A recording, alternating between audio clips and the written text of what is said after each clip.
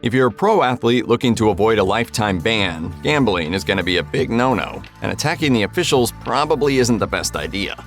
Sports betting is much more legal in the United States than it used to be, but there are still certain rules that must be followed, especially if you're a professional athlete. And Jontay Porter of the Toronto Raptors is one professional athlete who learned that lesson the hard way. In 2024, an investigation by the NBA determined that Porter bet on basketball games and that he also provided inside information to gamblers. Additionally, he faked injuries so that certain bets would pay out. This resulted in a lifetime ban for Porter from the NBA. Raptors president Masai Ujiri understandably expressed surprise and disappointment at the news. None of us, I don't think anybody saw anything like this coming. Despite Ujiri's surprise, other observers saw something like this coming from a mile away. Legal sports gambling is only getting bigger, which means examples like Porter's could very well be the first of many. As Sean McKeever, a professor of philosophy, explained to Vox, the corrupting forces are powerful ones, and bettors stand to make significant sums that they can extract valuable information and behavior from players and those around them. And as Andrew Zimbalist, an expert on the economics of sport, told MarketWatch, it's really likely it's going to happen a lot more.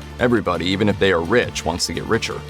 6 weeks before the 1994 Winter Olympics, an assailant attacked figure skater Nancy Kerrigan by hitting her knee with a metal baton. Amazingly, she recovered in time to still skate at the Games, along with fellow American Tonya Harding. Kerrigan managed to win the silver medal, while Harding was a little less successful, finishing in 8th place. Failing to medal was only the beginning of Harding's problems, as it was soon discovered that the attack was planned by her ex-husband, Jeff Galooey. Harding was also charged, as prosecutors believed that she was heavily involved in the plot. The two parties ultimately agreed to a plea bargain in which Harding only admitted to hindering prosecution. Part of the deal required her to resign her membership in the United States Figure Skating Association, although this point would become moot since the association ended up banning her for life. I just want to be able to skate and follow through with my dream.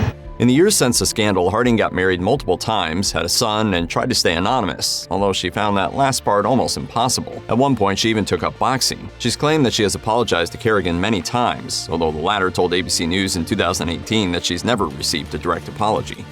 Sumo wrestler Wakanoho Toshinori was born Soslun Goglov in Russia in 1988. At the age of 12, he was a promising junior wrestler in his native country. He tried to compete in the freestyle division of the Olympics, but he struggled to make weight, so his father encouraged him to try sumo instead. By the time he was 17, Wakanoho was rich and famous in Japan, but by age 20, he was in disgrace and taking the sport down with him. In 2008, Toshinori was arrested for drug possession after being caught with marijuana. That might sound tame by American standards, but it was a serious crime in Japan. He was banned from sumo for life, the first wrestler to be barred for drug use. All sumo wrestlers were subsequently drug tested, which resulted in another two being banned for marijuana use just a month after Toshinori was. Toshinori then claimed that he'd been paid to throw matches and that many others were involved in match fixing as well. After being thrown out of the Japanese sumo world, he started going by his birth name again and tried to make it in American football. He played at Weber International University before transferring to South Florida, and he eventually tried out for the NFL. After that didn't work out, he returned to sumo, competing outside Japan in bouts organized by the International Sumo League.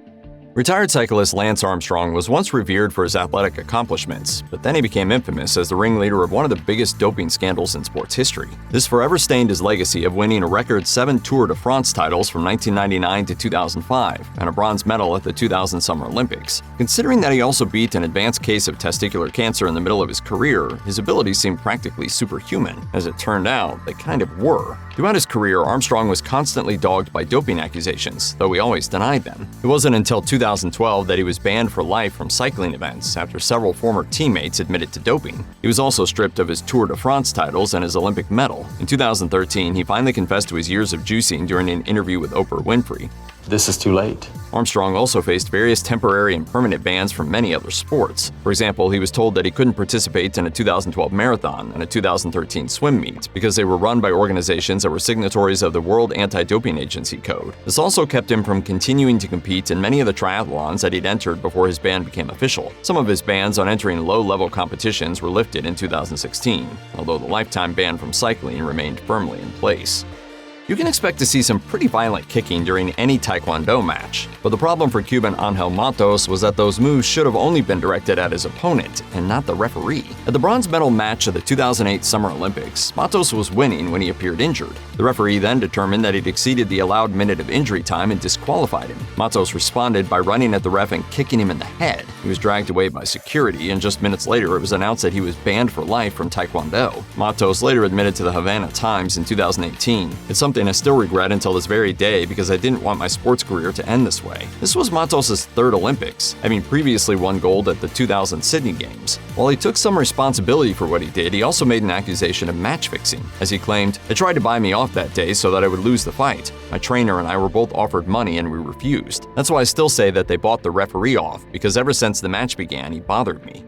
Joseph Jefferson Jackson, better known by the nickname Shoeless Joe, escaped poverty growing up in South Carolina to become a baseball phenom. He was playing for local teams by the time he was a teenager, and then he was signed to the big leagues by the time he was 21. In 1915, he started his stint with the Chicago White Sox. They won the World Series in 1917, and then made it to the championship again 2 years later. But then Jackson and some of his teammates got themselves mixed up in the Black Sox scandal, which was famously dramatized in the 1988 film 8 Men Out. Some of the White Sox players were accused of throwing the series to the Cincinnati Reds after being paid by gamblers. Several admitted that they were guilty, but Jackson didn't, and his teammates swore they didn't tell him what they were doing. Despite maintaining his innocence, Jackson was banned from baseball for life. Afterwards, he went on to try to live anonymously while running a dry cleaning business. In 1942, he told the Sporting News, "Regardless of what anybody says, I was innocent of any wrongdoing. If I had been out there booting balls and looking foolish at bat against the Reds, there might have been some grounds for suspicion. I think my record in the 1919 World Series will stand up against that of any other man in that series, or any other World Series in all history."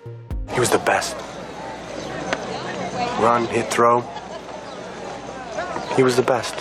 Bulgarian tennis player Aleksandrina Naydenova is hardly a well-known name, even among the sport's most hardcore fans. Her career-high WTA singles ranking was just 218, which she achieved in 2019. And we'll never know if she could have ever achieved a higher place than that, because that was also the year that she was banned for life for match fixing. Naydenova wasn't the only one involved in the scandal. In fact, she was just one cog in the biggest match-fixing ring that tennis had ever seen. It was organized by a man named Gregor Sargason, and it involved at least 180 players from 35 countries. Players would receive texts before their matches instructing them how well or how poorly to perform. The same information would also be sent to the gamblers involved in the ring, thereby allowing them to make bets they had no chance of losing. A 2020 investigation determined that Naydenova was involved in at least 12 match-fixing incidents over a 4-year period. Her temporary ban from any official tennis competition was made permanent, and she was also fined $150,000.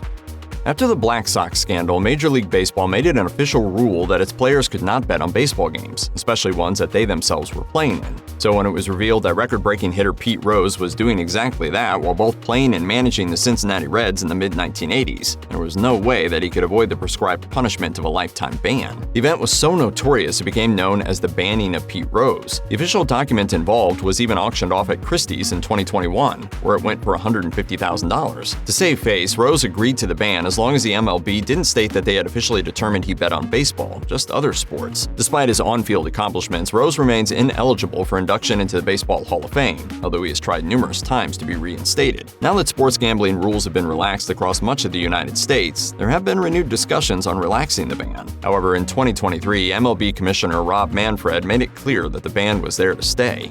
Do you look at it now with a little bit of... No, I stay from that. Oh, stay away from that because I don't do DraftKings. In 1999, the International Association of Athletics Federations named Dutch sprinter Foekje Dillema the female athlete of the century. At the 1948 London Summer Olympics, she won 4 medals, but just 2 years later, her career was over, as the Dutch governing body conducted a physical examination that resulted in Dillema being banned for life. The exact reason is unclear, as no details of the exam have ever been released. One speculation is that Dillema was banned because she refused to submit to a gynecological exam. Dillema was assigned female at birth, raised as a girl, and presented as a woman her whole life. However, a genetic test of DNA from her clothing after she died painted a more complicated picture by indicating that she was an intersex person. But according to Dr. Kamlesh Madan, a geneticist at Leiden University, she was definitely a woman and she should never have been expelled by the athletics union.